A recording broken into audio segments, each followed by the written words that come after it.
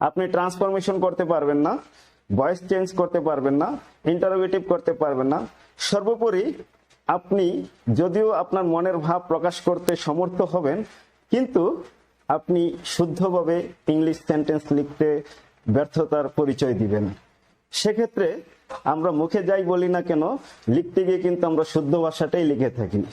এই শুদ্ধ ভাষা লেখার জন্য, কারেক্ট ইংলিশ লেখার জন্য অক্সিলারি ভার্বের গুরুত্ব অপরিসীম।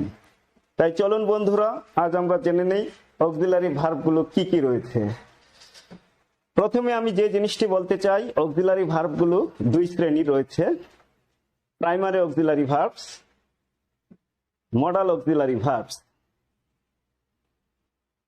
প্রাইমারি অক্সিলারি ভার্বগুলোর মধ্যে তিনটি রয়েছে: বি ভার্ব, বি ভার্ব 8টি: am, is, are, was, were, been, being.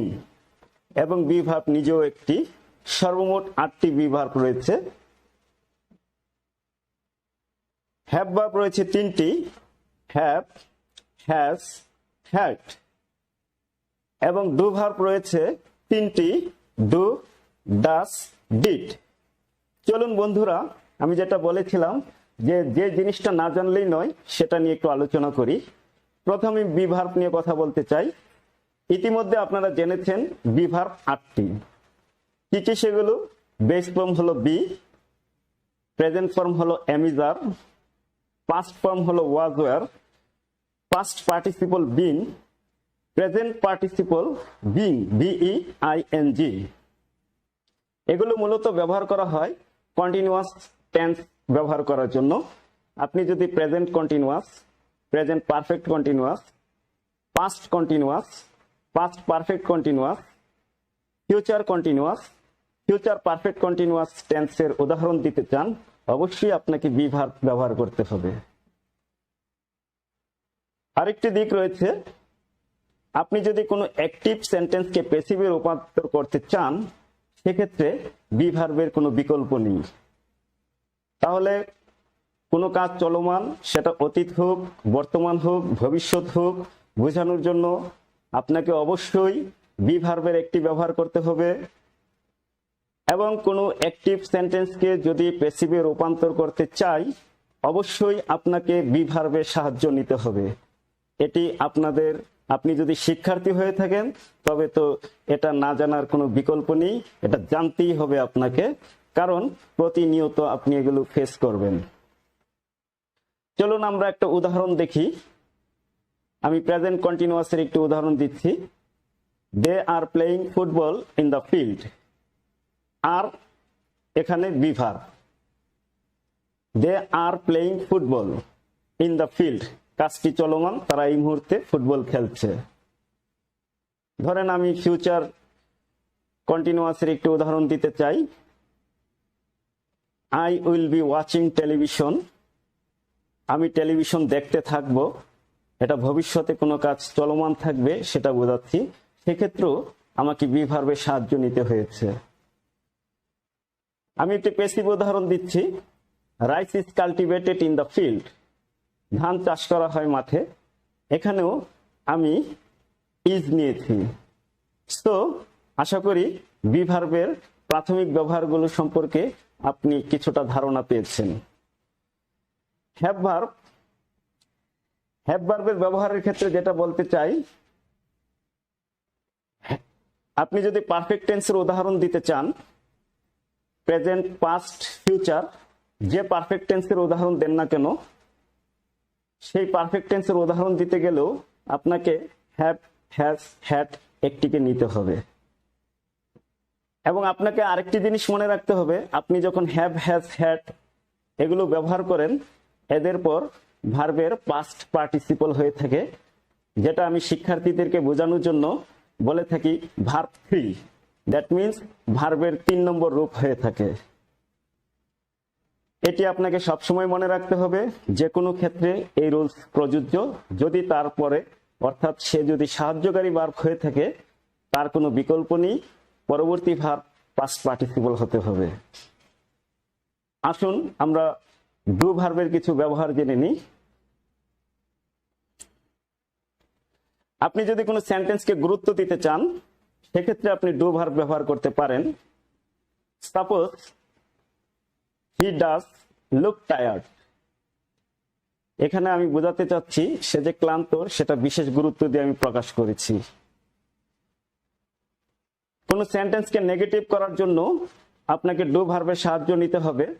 যেমন he does not study at home at all. পরবর্তীতে যদি আপনি ইন্টারোগেটিভ করতে চান তবুও আপনাকে ডু ভার্বের সাহায্য নিতে হবে। ডাজ হি প্লে চেস, সে কি দাবা খেলে? আপনাকে মনে রাখতে হবে যে যখন একটি সেন্টেন্সকে নেগেটিভের প্রয়োজন হয় ভার্ব আনতে হবে।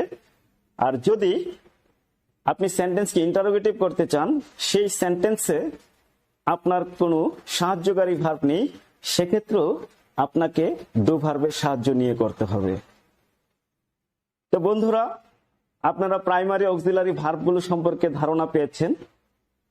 এখন আমরা সেকেন্ডারি অক্সিলারি অর্থাৎ মডাল অক্সিলারি উদাহরণগুলো দেখব। এই মডাল অক্সিলারি ভার্বগুলো হলো shall, will, can, may, should, would, could, might, must, need not, dare, have to, be going to, ought to, used to, had better, would rather, এইগুলোকে modal auxiliary verb বলা হয়। এরা বিশেষ অর্থে ব্যবহার হয় রিকোয়েস্ট করার ক্ষেত্রে, সম্ভাবনা প্রকাশ করার জন্য, পসিবিলিটি বোঝানোর জন্য ইত্যাদি ক্ষেত্রে এই মডাল ভার্বগুলো ব্যবহার করা হয়ে থাকে। পরবর্তীতে আপনাকে আরেকটি বিশেষ জিনিস মনে রাখতে হবে যে এই মডাল ভার্বগুলো অর্থাৎ সেকেন্ডারি অক্সিলারি ভার্বগুলো যখন ব্যবহার করবেন পরবর্তী ভার্বটি অবশ্যই বেস ফর্ম হবে। যেমন ইউ মাস্ট ওয়ার্ক হার্ড, এখানে আমি ওয়ার্কস বলিনি, ওয়ার্কিং বলিনি, ওয়ার্কড বলিনি, জাস্ট মূল ভার্বটি বসিয়ে দিয়েছি কোনো রকম সংযোজন বিয়োজন ছাড়া। তাই আপনি যখনই কোনো মডাল অক্সিলারি ব্যবহার করবেন অবশ্যই পরবর্তী ভার্বটি বেস ফর্ম ব্যবহার করতে ভুল করবেন না। এটা সব জায়গার জন্য একটি সার্বজনীন রুল। কিছু কিছু মডাল অক্সিলারি ব্যতিক্রম রয়েছে যেটা আপনাকে মেইন ভার্ব হিসেবে ব্যবহার হতে পারে ক্ষেত্র বিশেষে, সেটা দু একটি, যেমন ডেয়ার রয়েছে, নিড নট থেকে যদি আপনি নট বাদ দেন নিড হতে পারে, এগুলো। আর প্রাইমারি অক্সিলারি ভার্ব যেগুলো রয়েছে সেগুলো প্রত্যেকেই মেইন ভার্ব হিসেবে ব্যবহৃত হতে পারে। তাই আমাকে নিশ্চিত হতে হবে যে সেন্টেন্সে যদি একটি মাত্র ভার্ব থাকে এবং সে যদি আমি যে ভার্বগুলোর উদাহরণ দিলাম তাদের একটিও হয়ে থাকে তাহলে সে main verb, not auxiliary verb. একটি ছোট্ট উদাহরণ দেখুন, she is a student.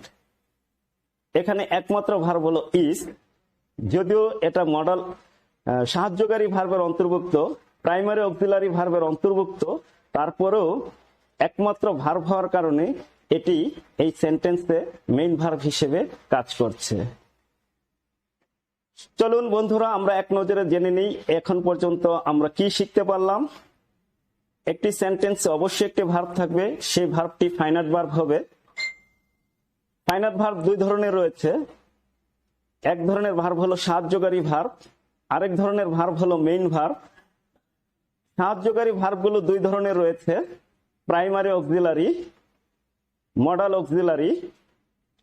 Primary auxiliary verb তিনটি রয়েছে, be verb, do verb, have verb. এবং মডাল অক্সিলারি গুলো 18টি রয়েছে, যার উদাহরণ আপনারা ইতিমধ্যে দেখেছেন। এগুলোর আরো বিস্তারিত ব্যবহার রয়েছে, বিশেষ করে মডাল অক্সিলারি গুলো কখন আপনি কোথায় ব্যবহার করবেন, কি অর্থে ব্যবহার করবেন, কোনটা দ্বারা সম্ভাবনা বোঝাচ্ছে, কোনটা দ্বারা নিশ্চয়তা বোঝাচ্ছে, এগুলোর বিশেষ ব্যবহার রয়েছে। সেগুলো নিয়ে আমার পরবর্তী ভিডিওতে আলোচনা হবে। সেই পর্যন্ত আপনারা আমাদের সাথে থাকুন।